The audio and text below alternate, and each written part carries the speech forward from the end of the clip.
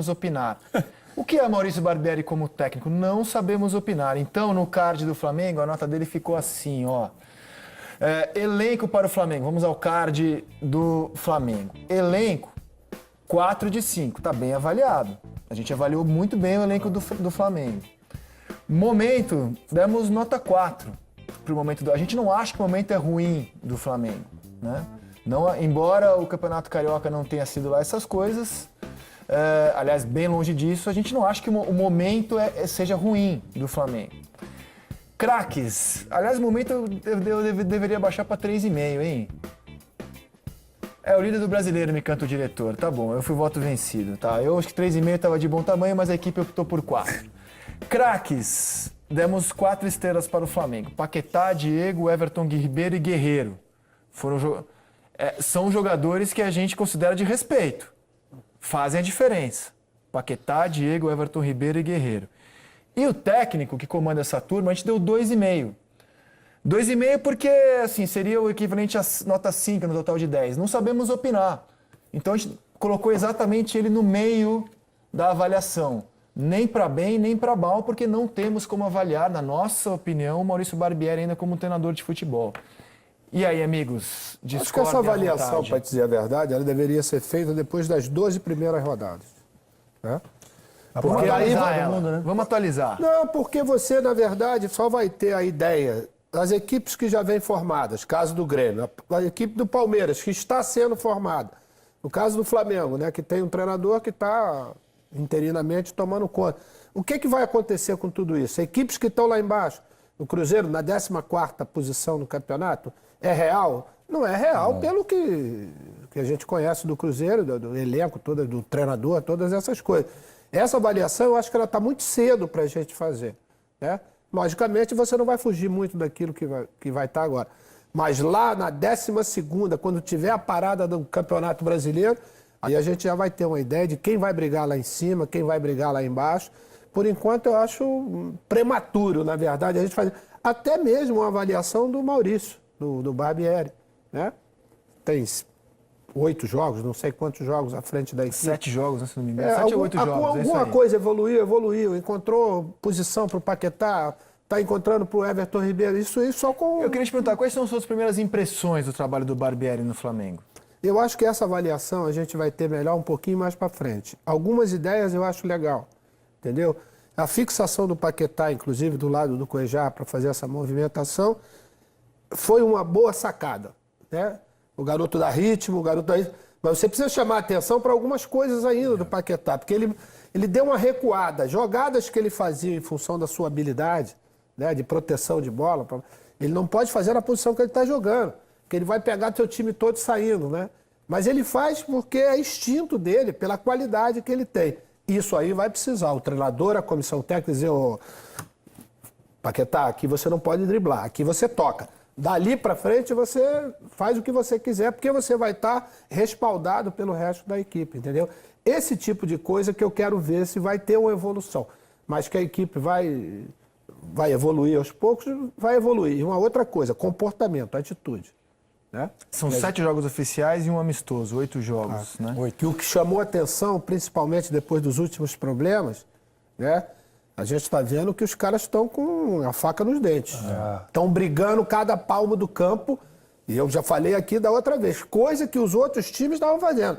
A vitória do Vasco, né? A vitória do Fluminense, do Maracanã com 10. Né? Isso chama atenção. Né? Quando você está em dificuldade, então você vai ter que superar. O próprio Botafogo, né? Não tem um elenco maravilhoso, mas... com suas devidas limitações, é um time que vende caríssimo a derrota. Porque existe um comportamento, uma atitude que sabe das suas limitações. Então, a gente vai superar essas limitações através de quê? De entrega, consciência tática, né? Obediência ao que tem que fazer. E isso, né? Eu acho que estava faltando um pouco ao Flamengo, que parece ter recuperado. Vou te dar um outro dado para que essa equipe possa, de repente, dar uma outra evoluída. Por parte da diretoria, a história de você baixar os ingressos.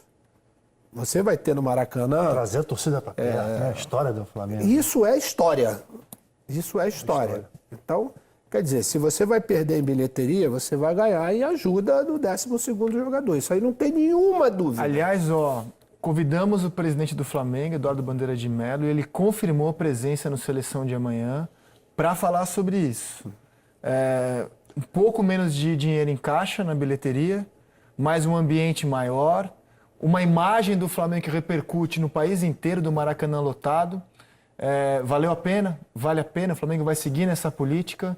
Que análise o Flamengo tem dessa questão de preço do ingresso é um dos temas do programa de amanhã. Eu acho que esse equilíbrio, né, Júnior, que a gente está falando tanto entre a parte administrativa e a parte esportiva, acho que o Flamengo chegou num patamar financeiro que acho que é fundamental eles terem como prioridade a torcida perto. Vou abrir mão um pouquinho. Abrir mão um pouquinho da renda, né? Para você ter do lado o carinho, o incentivo, essas coisas que caracterizaram durante anos. E o Flamengo se dá o luxo de hoje poder exatamente se colocar nessa posição, né? De não necessitar tanto do dinheiro que está entrando no que diz respeito à arrecadação para poder trabalhar com essa história do torcedor que se perdeu no meio do caminho em função do que se transformou o Maracanã e preço de ingresso e tudo mais. Então, o Flamengo hoje ele pode se permitir isso. Eu ganho pouco. Claro, exatamente.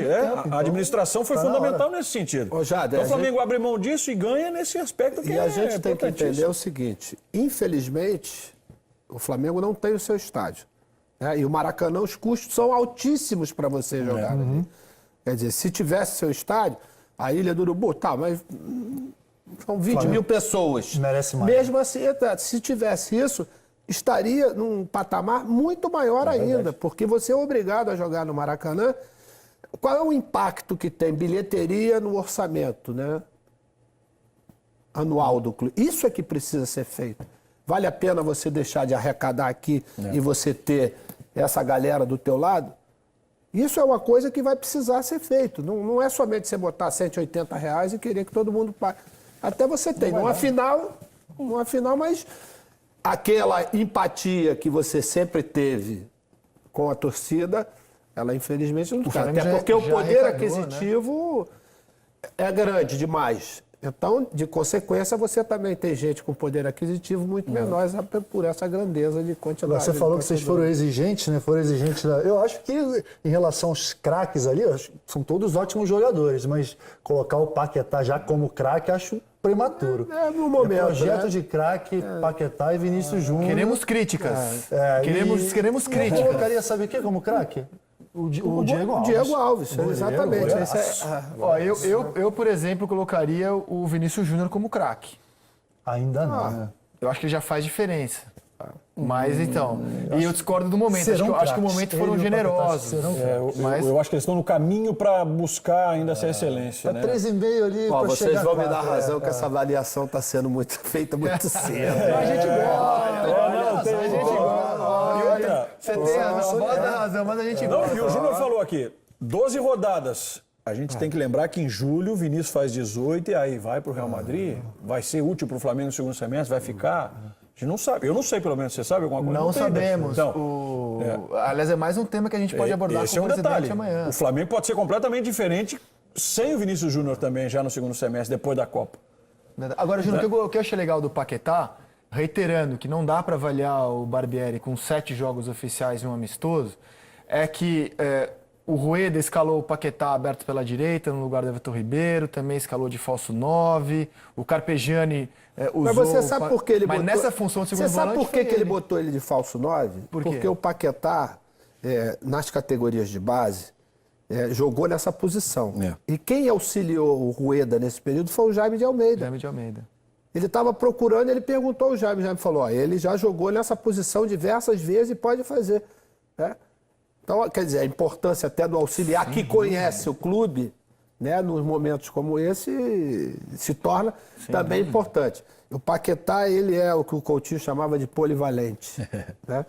Em várias posições ele podia atuar. Essa posição hoje, que foi encontrada para ele no momento, para mim, eu acho que é aquela mais adequada, porque ele tem capacidade física, capacidade técnica. Falta a ele um pouco de entendimento tático ainda, como o exemplo que eu citei de driblar naquela zona intermediária ali, que mas isso vai amadurecer. Isso vai, Júnior, vai a grosso modo, claro que a gente não está comparando, ó, que sempre daqui a pouco já pinta aquela, o cara já está falando. Mas eu estou lembrando aqui de um cara que viveu uma situação parecida, não sei se você concorda, o Emerson. Surgiu no Grêmio como um 10, meio articulador, e passou a ser um volante que jogava uma bola maravilhosa. Seleção brasileira, ele foi... Era capitão. Se machucou. Não, e o primeiro volante não é aquele cara que dava pau, marcava e saía. Não, era o cara de marcação, mas que tinha condição de sair pro jogo. O Michael do Grêmio, mesma coisa, né? É o Rincon, exatamente. Ou também era um outro bom jogador, exemplo. Michael, pessoas que quando foram recuadas se acharam. Pode ser, não pode, Júnior? De repente, mais à frente, quando consolidar a Não, carreira... eu acho, por exemplo, pelo fato até dele jogar em diversos... Ele tem virtudes como velocidade, habilidade, né? Que ele pode jogar pelo lado. Né? Já jogou pela direita, já jogou pela esquerda. A única coisa que eu acho que vai acontecer e ele vai amadurecer é a questão tática. Entendeu? De algumas coisas da posição que ele está atuando hoje. Né? Até mesmo, a bola está do lado, precisa fechar um pouco mais. Mas isso vai ser o Maurício e a comissão técnica que vai orientar. Mas acho que a posição para ele dar uma desgarrada, eu acho que é essa posição. Um material muito legal que a gente produziu na semana passada e que eu mostro de novo é o nosso multi-Paquetá. São as funções nas quais o Paquetá já foi escalado no time do Flamengo. Ele já jogou aberto pela direita, já jogou centralizado, já jogou aberto pela esquerda, de segundo homem e de falso 9. É o multi-Paquetá. Todas essas posições do campo ele já ocupou em um ano no time principal do Flamengo. E sabendo que o Maestro Júnior tem razão, né? Quem sou eu? A gente vai continuar seguindo a nossa responsabilidade aqui de avaliar os nossos times a essa altura do campeonato tão precocemente. Vamos ao card do atual campeão brasileiro. Como eu disse, eu quero críticas, quero discordância.